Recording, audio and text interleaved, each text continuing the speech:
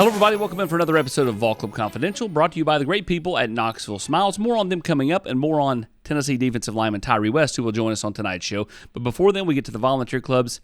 Brandon Spurlock. And Brandon, you guys have been full force with the announcement of Barge Fest since a week and a half or so ago, and they just continue to roll in. First, Old Crow Medicine Show, now the announcement of Rodney Adkins on the Monday and Tuesday night of Alabama Week. You know, it's funny, things that just started as a simple joke. We were just talking about 2 years ago about, I think Will Crockett and James Clausen were joking about putting a sign up on a barge just to get, name recognition outside the stadium since we couldn't really get inside the stadium. And, damn, they were pretty persistent. So here we are 2 years later.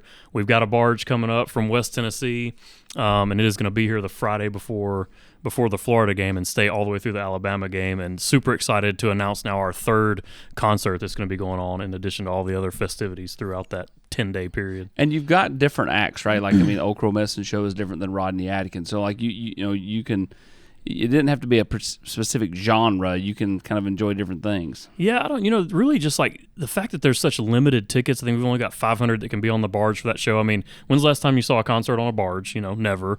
And if you're walking around Knoxville, there's a lot of things happening to kind of help revitalize the riverfront. If you're around the area for one of those games, there's just not a shortage of stuff to do. And so we're really looking forward to it and think it's going to be a big success. Speaking of big successes, Knoxville Smiles is a big success. Let's hear more about them. Knoxville Smiles depend on us to make you smile better. Knoxville Smiles, are you happy with your smile today? Knoxville Smiles, we're all about smiles. Hey Lance, what makes you smile? Pancake blocks.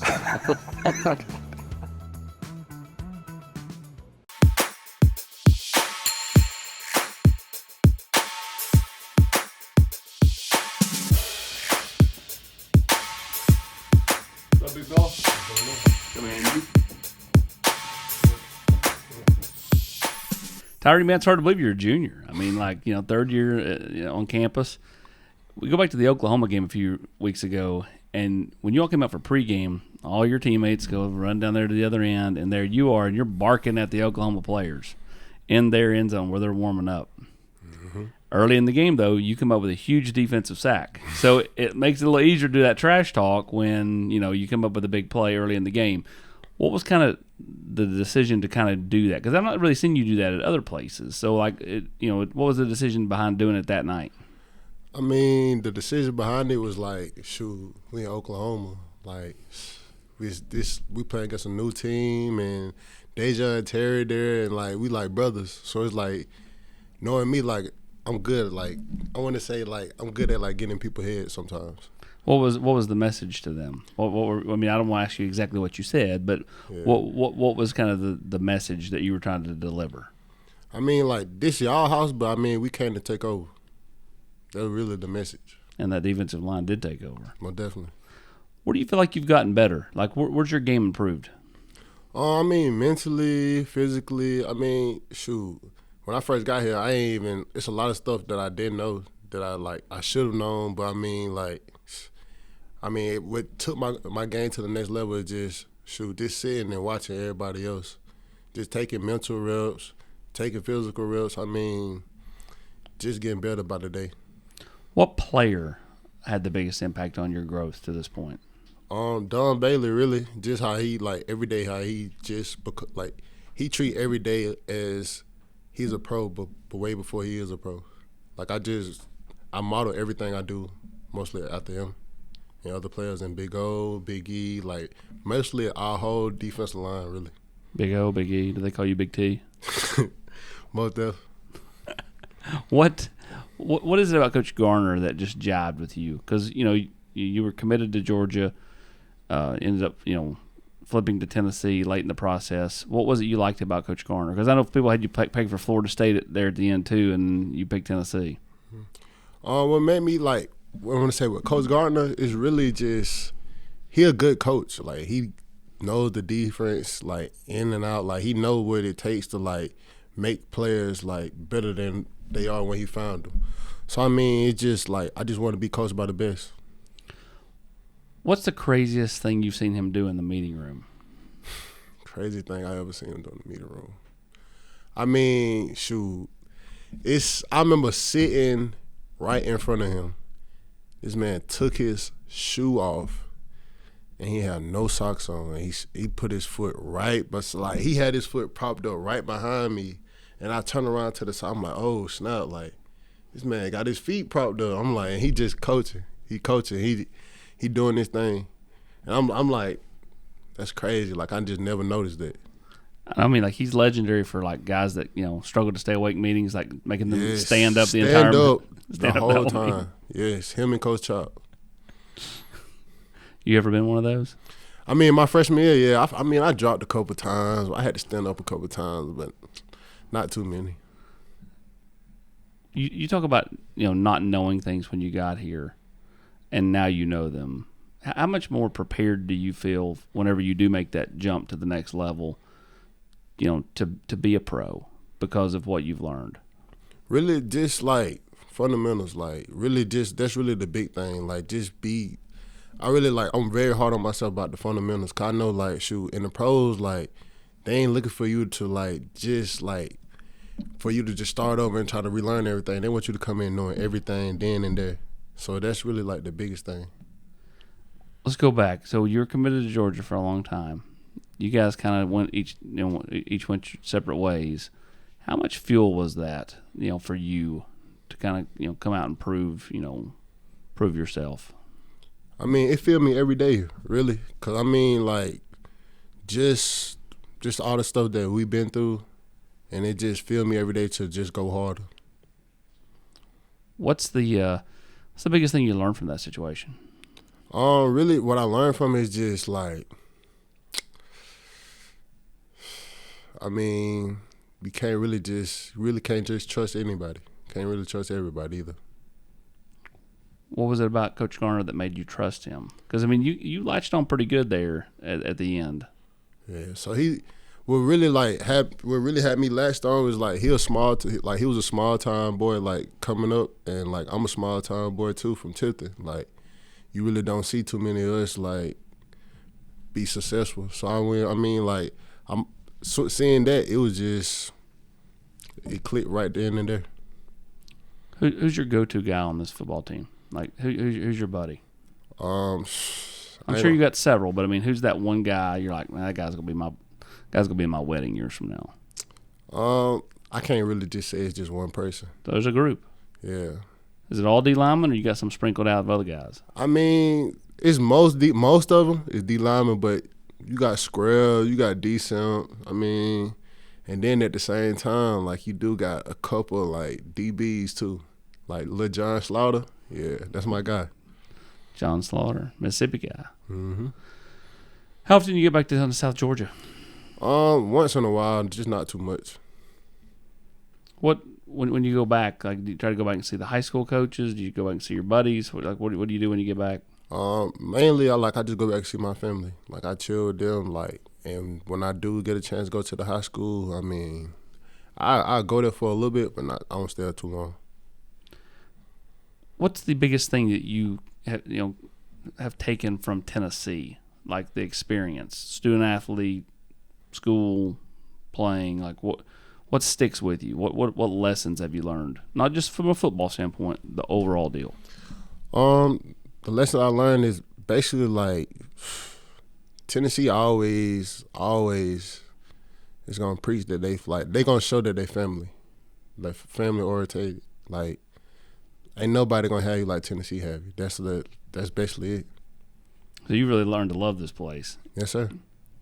When you're playing D-line, do you like to is it just a rush the quarterback, or do you like being a run stopper? What do you feel like your bread and butter is? I mean, pass rushing is always gonna be my first love, but run stopping, I mean, it's something about run stopping. It just keep me going. I ain't gonna lie.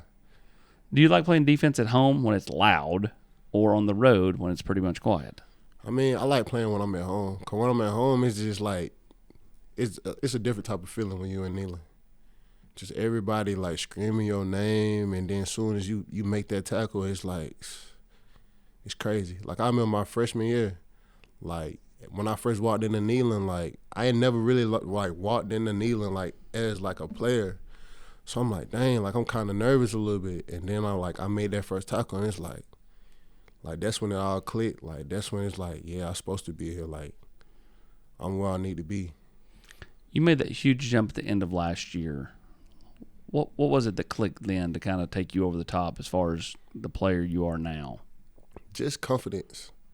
Like at first, like when I first got here, like it was lack of confidence. But then, like shoot, I mean, my teammates, my coaches, like they let me know before every game, like shoot, just go out there with a clear mind. Like don't worry about messing up. Don't worry about this. Don't worry about that. Just go out there and ball, play your game.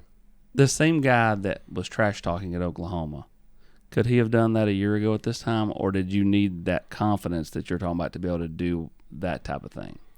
I ain't gonna lie. Like I want to say I would, but at the same time, I couldn't. Especially with the confidence I have now, it's crazy. Like, describe it for me. Like what? How do you go from? And Bryson Easton's a guy who you know is someone who lacks confidence, but is starting to be way more confident. Is it just you guys dancing out there? Because you're always dancing in between. You get a false start on the offense, and you're out there doing your dancing.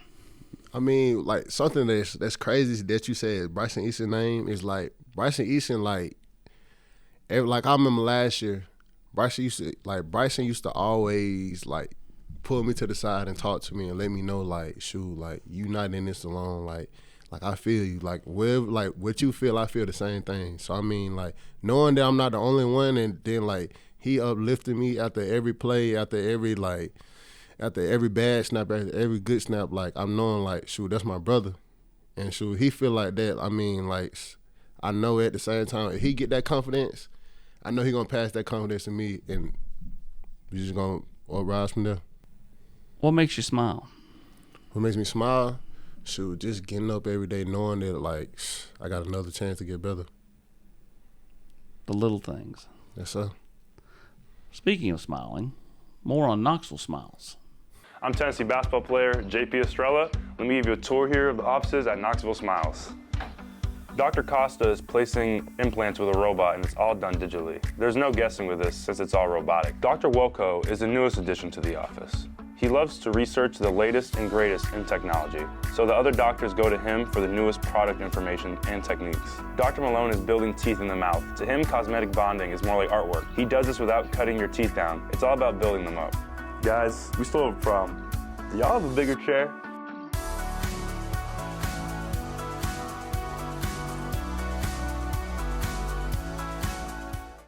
Everybody knows Elijah Simmons is the singer of the defensive line group. Yeah.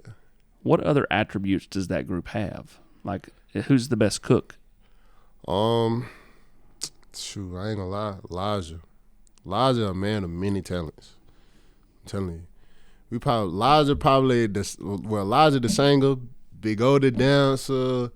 Bryson, shoot, he the comedian. Him and Don the comedians. It's just like They're always together too. Yes, it's crazy. Who's the best? Who's not the best? Who's the worst driver in that room? The Who worst? are you like? I'm not getting in this car. I want to say Hobbs, David Hobbs. David Hobbs, and he lives beside Charlotte Motor Speedway, which is the best part. David Hobbs. And That- man, they're hilarious. Funny driver. You look at around college football, and in this age, everybody wants to play.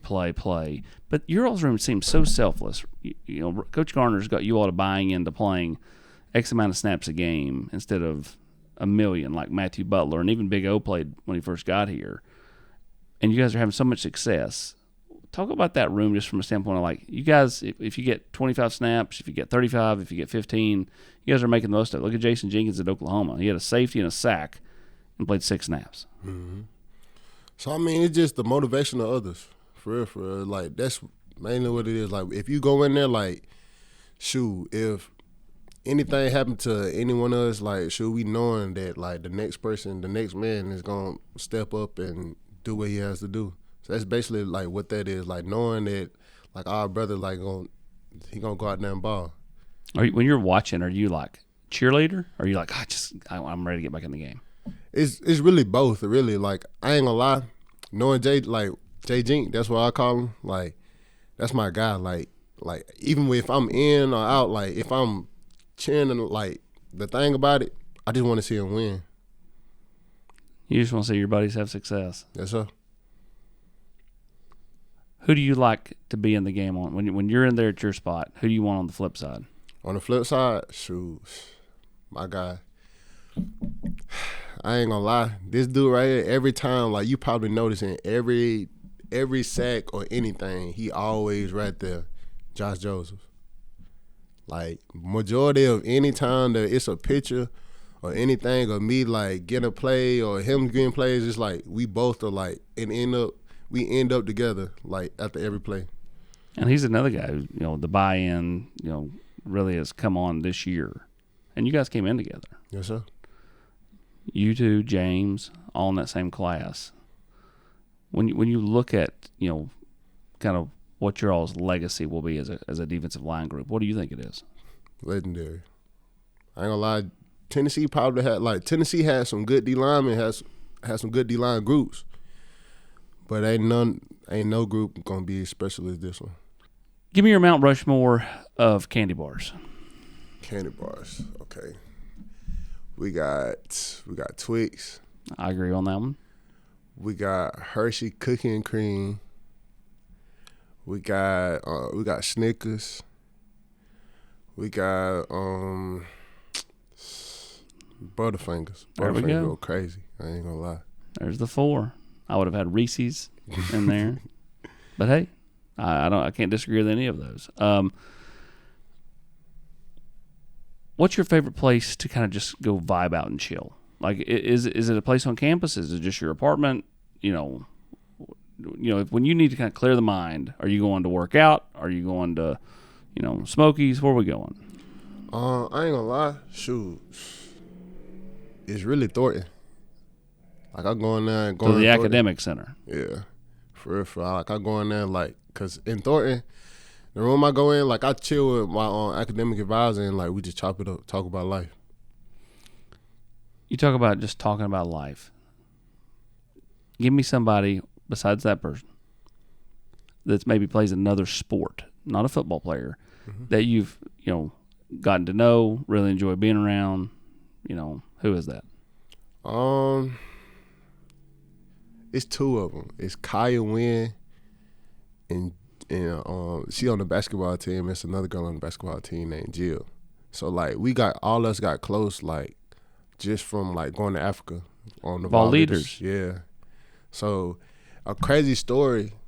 I mean, shoot, me and Jill like we was playing basketball and like I had put my phone in my fanny pack and she had asked can she put her phone in my fanny pack too, and all of a sudden like we get down playing basketball and then like come to find out my fanny pack gone. Yeah, so like my phone got stolen and her phone got stolen and another person's phone got stolen. TJ, he on the track team. So we all got so close just off of that. And You didn't have your phone to you had to talk. At all. So Old school. It made us so locked in on the trip and like we just valued it, like just getting to know each other. Cause I ain't gonna lie, like at the end of the trip, I'm like I was really like happy that my phone got stolen because like if it weren't for that, I wouldn't have got as deep into like knowing them. Forced you to have a conversation. Well, I always tell my daughters, I'm like, my oldest has a phone now, and I'm like, don't text. Pick up the phone and call. Like I remember when I was a kid, and I'd come home from school and I'd pick up the phone and I'd call my friends, whether it be boy or girl, and we'd have conversations. Versus today everybody's just text and Snapchat and all that. Speaking of your phone, I want you to pull it out. I got you. I want you to call the one person in your contact list will answer the phone, and we're gonna see if we can depend on this person or not. Put him on speaker. Who we calling? I got you. Let me see. Speaker. I got you right here. Who we calling? Big O. I know he always gonna answer.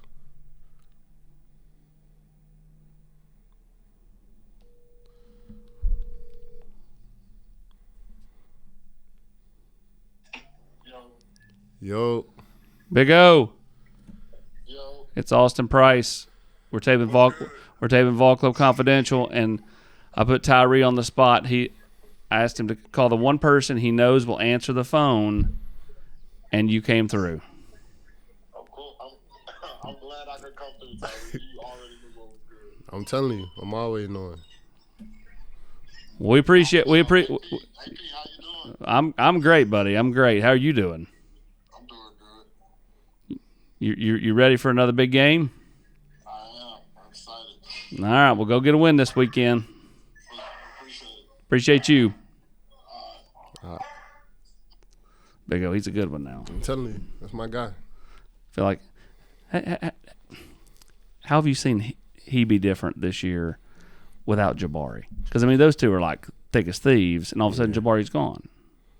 So I ain't gonna lie, like I know like them two been close, like they brothers, but I ain't gonna lie. So it's the same for me, low key, cause I had like coming in, Big O, like I want to say he basically took me in. Him, Big E, those two really like took me in. So anything I didn't know, had trouble with, like I can come talk to them. And Jabari came in too, so it's like doing my guys, and like right after every game, we all used to meet up at Big O and Jabari house, and then like we used to just have a debrief about the game. And now that like Jabari gone, it's like it's different. But at the same time, it's not different because it's like we still got it. Like we still do the same thing. Like we still like it's clockwork. Like Jabari never left. He still be on the phone, and it's like he never left. How much, like, when you all re-talk about the game and rehash the game, how many like that didn't happen that way? How many times do y'all get into like little like nonsense arguments about like how a play transpired? Nah, for real, it's multiple times. Cause it'd be like you'll see you'll live it, and then you see it on video, you be like, dang, like that's really how it went. That's really how it went down. Like it's crazy. Cause like, it'd be multiple times. It's like bro, I'm running after him. It's like he's so far, but then you look on the tape, it's like he's so close. I'm like, dang, like it's crazy. Do you like going against athletic quarterbacks? What kind of challenge do they present? It's a challenge, but at the same time, it's not a challenge that we never seen before. Sure. Cause it's like I ain't gonna lie, me personally, I love against quarterbacks who can run. Cause me, I'm the type of who try to run them down. So that just try to show like. For me, when I see him run, it's like, okay, like it's time to turn it on now. Best story from the sideline. Give me something, during a game. Let me see. Best story from the sideline.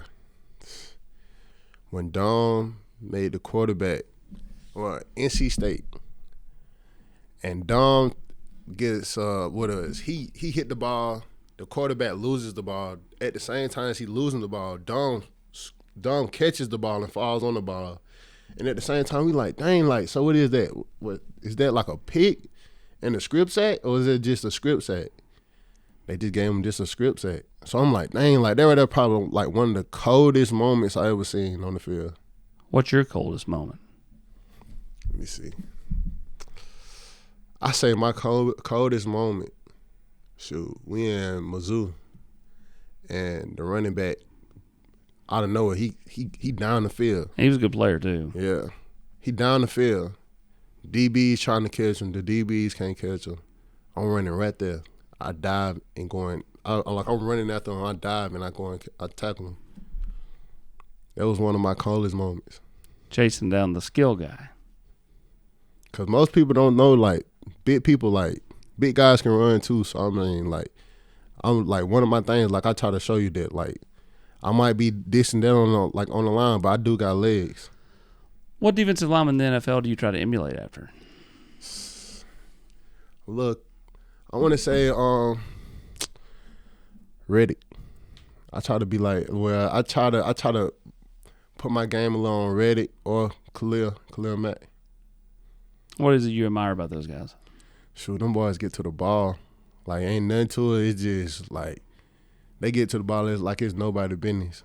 Like Khalil Mack, like he had 6 sacks in one game. And Hassan Reddick, like he He get to the ball every time. Where's your game got to keep getting better? If you're self-critiquing yourself right now, what do you feel like you've got to improve? Footwork, and just stay focused. Cause it'd be times like you see the ball, like you see the eye candy, and sometimes you want to go for the eye candy, and like just discipline yourself, like you can't go for it. Like it may look good at the time, but don't go for it. That's the way real candy is too. Yeah, it may look good, but it's not good for you. Yes, sir. I'm telling you. What's the best Rodneyism? Let me see. I don't know, cause it's a lot of things. I ain't gonna lie. It's a lot of things that he say. What sticks with you the most? Let me see. It's 3 things that'll never lie. This is what everybody says. That's what I'm saying. It's the mirror, the film, and the Bible. He tell us that every time if somebody like do something that he didn't coach, he gonna tell you a lie. A lie don't care who tell it. Cause it's gonna be 3 things that never lie. The Bible, the mirror, and this tape right here. When he threw that foot up there beside of you, did you tell him he needed to go get a pedicure? No, I ain't gonna lie. As soon as I seen the foot, I was like, no way. After that, I just switched seats. Sweet. I'm telling you. I just switched seats. Now I said a whole completely different spot. Did you call Miss Kim? Miss Kim, you gotta get him. Get him take care of those things. It's crazy. What about Coach Chop? What do you like about him? Coach Chop, my guy. Coach Chop, I ain't gonna lie, Coach Chop can cook. It's like crazy. I mean, he make a good barbecue, but at the same time, Coach Chop is a good, genuine guy. He gonna tell you how it is, either you like it or not. And sometimes that's what we need. You got 2 guys like that then. Rodney both blunt and honest and, brutally honest to a fault. Yeah, brutally honest. What's the worst thing that he told you that was true? And you're like, man, I'm glad he told me that because I wouldn't have believed it if I didn't hear it. Just to play my game. Get out of my own head, like, you got this. Like, just keep going. Well, you're a quiet kid, and I kind of challenged you to give me decent answers during this show, and you did. I appreciate your time, my friend. Yes, sir. I appreciate you. He is Tyre West. He is a menace to opposing offensive lines, and he'll be coming to a stadium near you for the rest of the season. Real soon. Appreciate you coming out, man. Be careful.